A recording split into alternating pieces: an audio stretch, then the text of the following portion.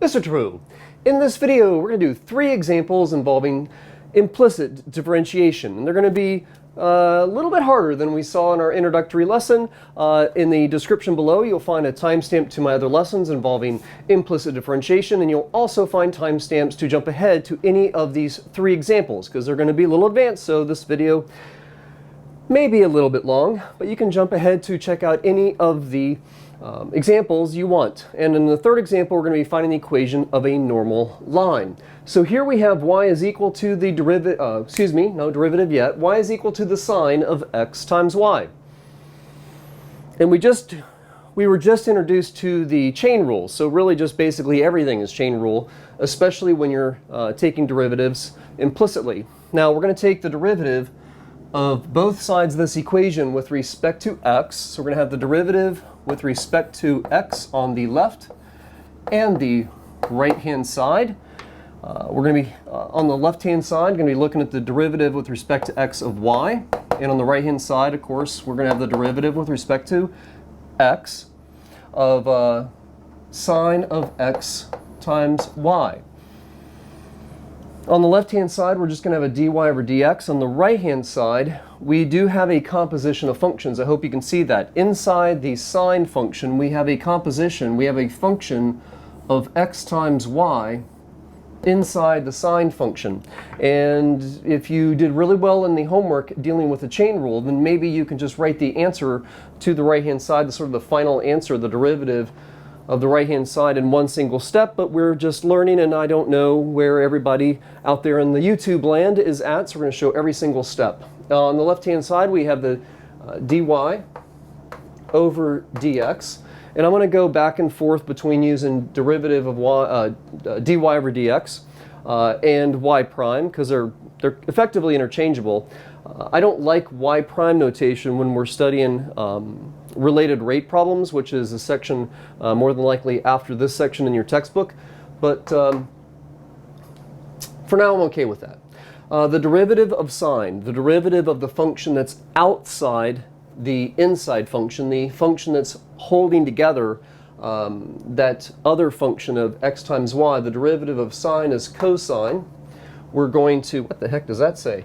We're going to only take the derivative of that outside function. So the derivative of sine again is cosine. We're going to keep that inside function sort of highlighted with the orange here. The derivative of cosine, the cosine of x times y, and then we're going to multiply by the derivative with respect to x of that inside function of x times y. Well, now we're going to also keep in the back of our mind that everything is involving chain rule, but we see that the composition, the inside function of that composition is 2 functions multiplied together.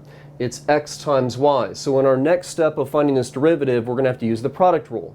So on the left-hand side, I'm going to go ahead and let's keep the dy over dx for now. We have dy over dx is equal to the cosine of x, y, and the derivative using product rule is the first factor times the derivative of the second factor. So we're going to have a dy over dx, so first times the derivative of the second, plus the second times the derivative of the first. Well, the derivative of x with respect to x is just going to give us 1, so we have plus 1 times y. Now, in calculus, say like on a AP exam, you don't get points for simplifying your answer. You get points, you get credit for showing understanding of calculus. But when you're trying to find a derivative with respect to y implicitly, you are not done. It's not even considered really basically simplifying. You're not done until you have that dy over dx or that y prime by itself. So we're going to have y prime equals cosine of x times y. And then that is times xy prime plus y. So we need to get the y primes together. We have that y prime on the left and a, not the x, but a y prime inside this parentheses. So we can't solve for a variable when it's inside of a math function, and the y prime here on the right-hand side is kind of like involved with a lot of multiplication. So we're going to distribute the cosine of xy through the parentheses, giving us y prime is equal to, let's see here, xy prime times the cosine of xy. And then we're going to take this cosine of xy and distribute that to the second term of the parentheses. So we're looking at a plus y cosine of xy. So on the right-hand side, I have a y prime in my first term. I'm going to bring that y prime, along with everything else that's attached to, we're going to bring that first term in the right-hand side over to the left with subtraction. So we're going to have y prime minus, bringing this all over with subtraction, minus x y prime cosine of xy. That's going to be equal to y times the cosine of xy. Now on the left-hand side, I've gotten my variables I'm looking to solve for together. The y prime is showing up in two unlike terms or non-like terms, so we're going to factor out that common factor of y prime, allowing us to write it only once.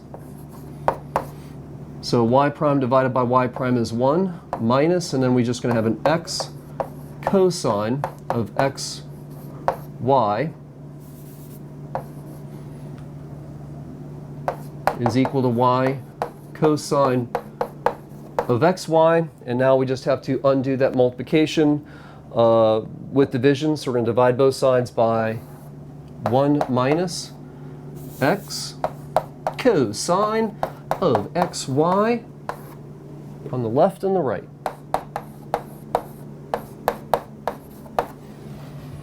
And we do that, of course, the whole point of that was to cancel out this multiplication, and our final answer is y prime, or dy over dx, is equal to y cosine of xy over 1 minus cosine of xy.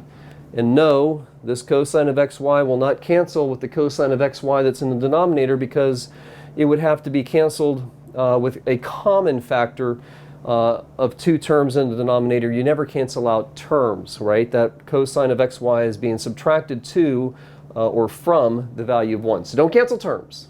Okay. Second example coming up right now. So for what we have now, we've got the square root of x times y minus 2 times x cubed times y squared is equal to 1. We want to find a derivative of this function in there, or the equation, and you certainly are not going to be able to maybe very easily isolate that y or put this into explicit form. So implicit differentiation, we have. So we're going to first write that square root of xy with power notation or fractional exponent, because that's always a good idea.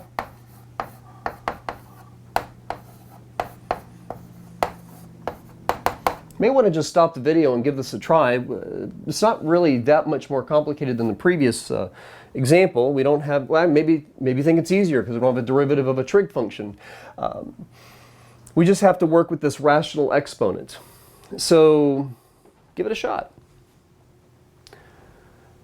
As we go through and think about taking the derivative of both sides of this equation with respect to x,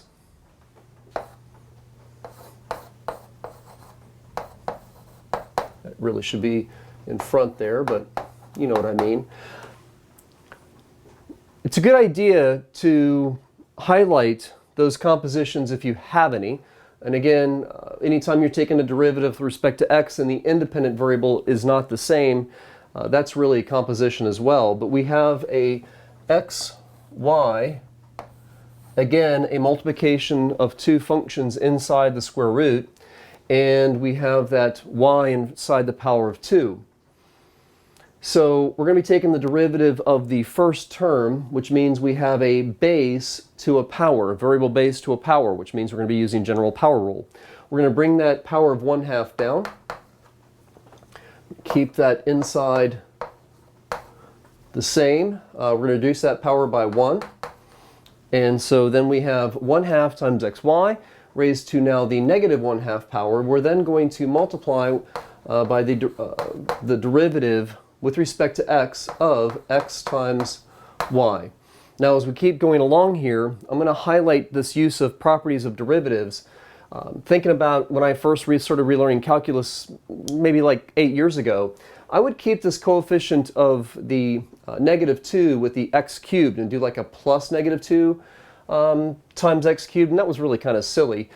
You want to keep that, the -2, use that constant coefficient property and move it in front of the derivative notation. We're going to do it, so we're doing -2 times the derivative with respect to x of x cubed y squared. And on the right hand side, the derivative with respect to x of any constant is 0. So we're really kind of just doing the derivative using the product rule here twice in this problem. A lot of the difficulty in this is just going to be that simplification where we find y prime by itself, and recognizing the chain rule and just getting used to the idea that as we take a derivative now, we're not always going to have that with respect to variable be the same as the independent variable. Everything's chain rule.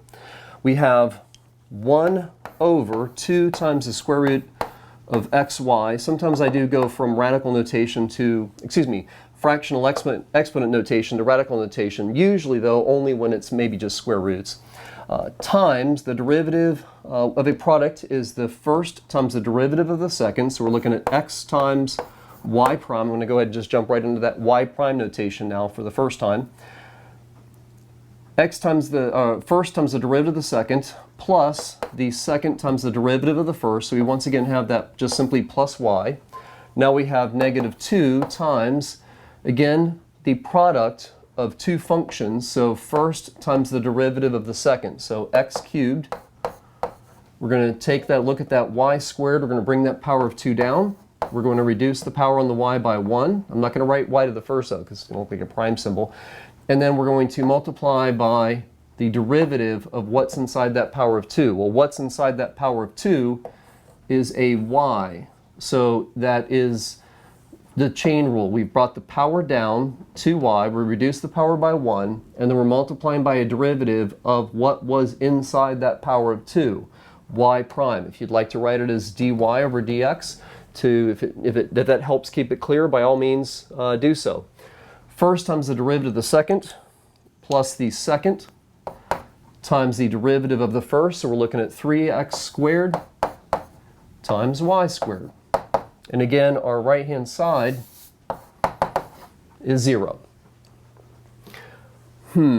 Okay, well, looks like we might get a little bit nasty here. We'll see how this simplification goes. We have this 1 over 2 times the square root of xy getting distributed through the parentheses. So we have xy prime over 2 square root of xy. And then we have plus y over 2 square root of xy. Distributing the -2 through the parentheses here on our, again, left-hand side of the equation, we have -2x. -2 times -2 is -4. So -4x cubed y prime. -2 times +3 is going to be -6 x squared y squared. And I'm just slowing down to make sure I don't do some kind of silly mistake. I've got a y prime showing up in 2 different terms. So we're going to keep the 2 terms that have the y prime in them together on one side of the equation and move everything else over to the other. And that is going to give us x y prime over 2 square root of xy minus 4x cubed y prime is equal to, going to add the 6x squared y squared over to the other side,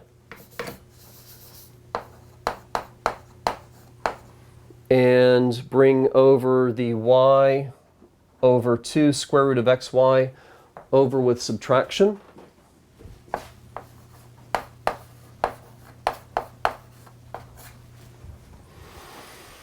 And I think it would be beneficial for us to go ahead and find a common denominator now. Actually, it might be better to multiply both sides of the equation by 2 square roots of xy and just kind of get rid of the fractions, if you will, right off the bat. So our next line here, and however you simplify this, I'm definitely going to run out of room. However you simplify this is going to be up to you.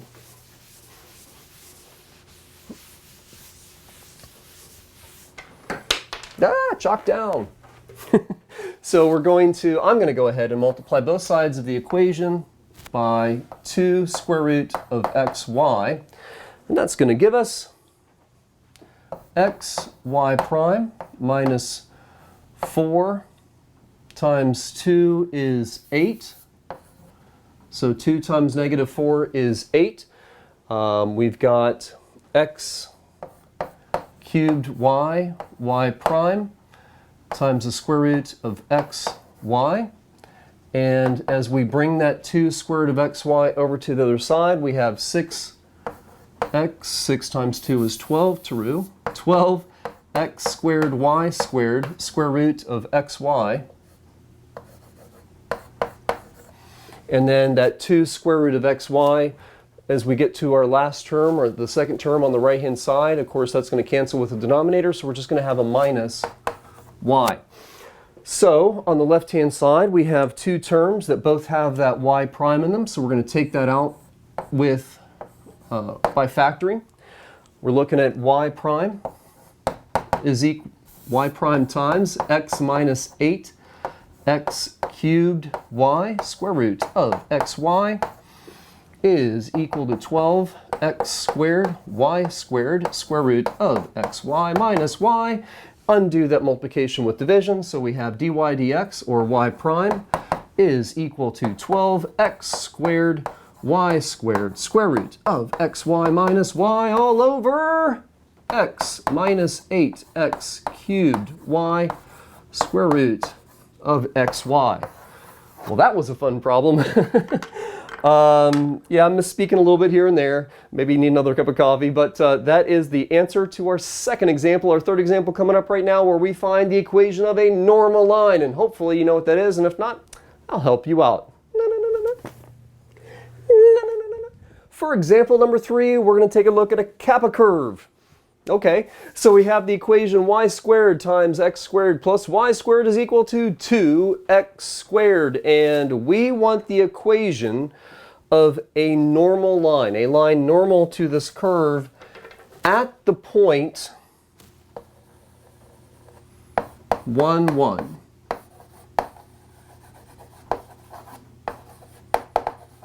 We're going to come up with the equation of a normal line. Now, what the heck is a normal line? A tangent line is parallel to a function at a given point.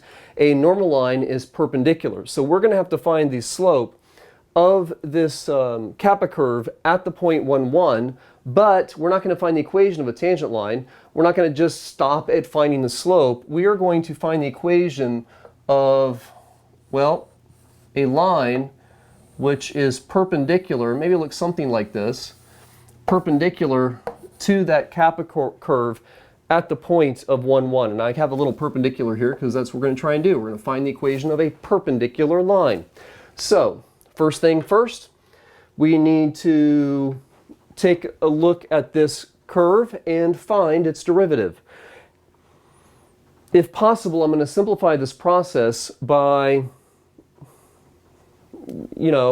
well, I guess either way I'm going to need to use the product rule. I can let this sit the way it is and use product rule on the left-hand side because I have y squared times x squared plus y squared. Or I can distribute the y squared like I'm going to do. Maybe you could pause the video and give it a shot, especially if you know how to find the equation of a line. I've been doing that since Algebra 1. And you're starting to feel some confidence with this new concept of finding derivatives implicitly. Give it a pause, if you will. Give it a shot. Let's take a look at it. We're going to distribute the y squared and get x squared y squared plus y to the 4th is equal to 2x squared. And we are going to be taking, we want to find the slope of that normal line x-axis, y-axis, so we want that dx in the denominator. We're going to take the derivative with respect to x on both sides. And the derivative with respect to x applied, that function applied to both sides of our equation is going to, well, require us to use the product rule for the first term, and the second rule is going to be chain rule or general power rule. So with the product here of these two functions, x squared times y squared, the derivative of a product, once again, lots of product rule in this one. Maybe we should have picked something with a fraction. Is going to be first times the derivative of the second. So we have that 2 coming down. We're going to reduce the power on the y by 1, but then we have to finish that chain rule that account for the fact that we have that function, if you will, or that y inside the power of 2. So we're going to have that dy over dx, which of course I'm going to write as y prime here in a second. So first times the derivative of the second plus the second times the derivative of the first, and the derivative of x squared with respect to x is going to be just 2x. So 2x y squared. Moving on to the second term that we have on the left-hand side, the derivative of y to the fourth is going to be plus 4, bring the 4 down, times y, reduce the power by 1, so 4y to the third, and then finish that chain rule times dy over dx. On the right-hand side, the derivative of 2x squared is going to be equal to 4x to the first, and then times dx over dx. If you could think about everything being the chain rule, but dx over dx is equal to 1. And we need to solve for y prime. I'm going to move the 2x times y squared over to the right-hand side with subtraction, and this is the third example we're doing now. Each of these two terms left on the left-hand side of a y prime, so I'm going to factor that out at the same time as well. So we have y prime, I'm going to leave that in blue for one more step, times x squared times 2 times y, or 2x squared y. Bring the y prime out of our last term, and we have plus 4y cubed. On the right-hand side, we have that 4x, and we're bringing this plus 2xy squared over with subtraction, so 4 minus 2x, hope I said that right, 2xy squared. Divide both sides by our factor attached to the y prime, and we have y prime is equal to 4x minus 2xy squared over 2x squared y plus 4y cubed. Double check here. 4 minus 2xy squared, 2x squared plus... Excellent. Okay, so what we want now is this is an equation that is going to give us the slope of this kappa curve at any full what? We have a derivative asking for both an x and y value. So we can't just plug in x. We need to plug in both x and y, or well, that's going to be, I wish they were different numbers here, but we do have an x of 1 and a y of 1. So we're going to find the dy over dx. I'm going to switch that notation just for the fun of it. The derivative at the point 1, 1, which means that we're going to take this equation, and everywhere there's an x, plug in a 1. Everywhere there's a y, we're going to plug in a 1. So we have 4 times 1 minus 2 times 1 squared over 2 times 1 squared times 1 plus 4 times 1 cubed. And that's going to come out to be 4 minus 2 is 2. We have 2 plus 4 is 6. So the slope of the kappa curve at the point 1, 0 is 1/3. And my drawing's a little bit off because it almost looks like it has a slope of maybe 1, but so not a very well drawn slope or kappa curve there. But at any rate, not drawn to scale, even though it is on some graph paper. The slope, therefore, of the normal line, the perpendicular slope, perpendicular to 1/3, of course, is going to be the opposite reciprocal. So the opposite reciprocal of 1/3 is -3. We have that point of 1, 1. So the equation of our normal line is going to be y minus y sub 1, so y minus 1 is equal to negative 3, our slope that we're using at this point. And then we have x minus x sub 1, so we have y is equal to negative 3. We're going to take that negative 3, distribute it. So negative 3x. We have negative 3 times negative 1 is positive 3, of course. Plus 1 is 4. And that is the equation in slope-intercept form of our normal line. That's my last example. I'm Mr. True. Bam! Go do your homework.